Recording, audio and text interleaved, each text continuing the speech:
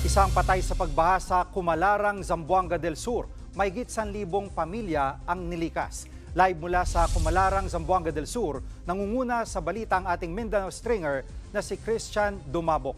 Christian, ilang barangay na ang lubog dyan? Jiggy, siyam sa 18 barangay sa Kumalarang ang nalubog sa baha dahil sa walang patid na buhos ng ulan. Dulot yan ang Intertropical Convergence Zone o ITCZ.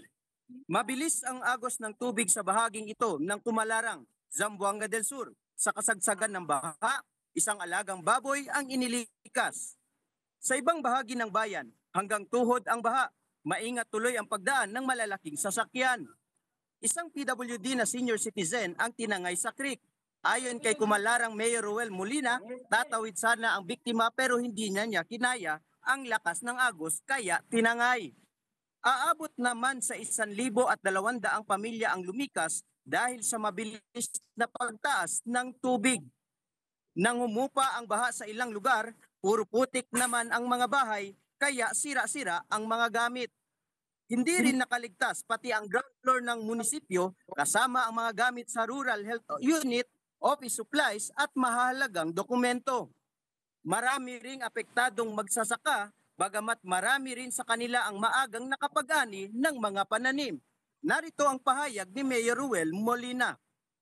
Dito banda sa Kumalarang but in the upper municipalities, ang malakas po yung ulan, catch basin ng mga tributary rivers. Kaya pag mataas po yung tubig at matindi po yung ulan sa itaas, dito po yun bababa. Naipon po lahat na tubig na binuhos ng ulan. Dito po yung daluyan ng tubig. Kaya po nagkaroon ng flash flood. Jiggy, kanina bandang alas 3 ng hapon ay nakaranas pa rin ang bayan ng Kumalarang ng malakas na pagulan. Pero wala namang naganap na anumang pagbaha. Nananawagan si Mayor Molina kay Pangulong Bongbong Marcos Jr. na tulungan ng kanyang bayan para makarecover sa lalong madaling panahon ang bawat pamilyang napinsala sa pagbaha. Jiggy? At Christian, ano yung mga pangangailangan ng mga lumikas na residente at natutugunan na ba ito?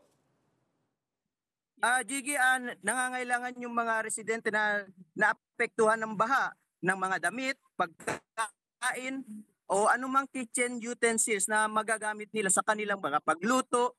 At gayon din, natutugunan ng lokal na gobyerno lokal ang kanilang mga pangangailangan. Sa katunayan ay meron ng paunang mga natanggap na ayuda dito po sa munisipyo ng Kumalarang. Jiggy?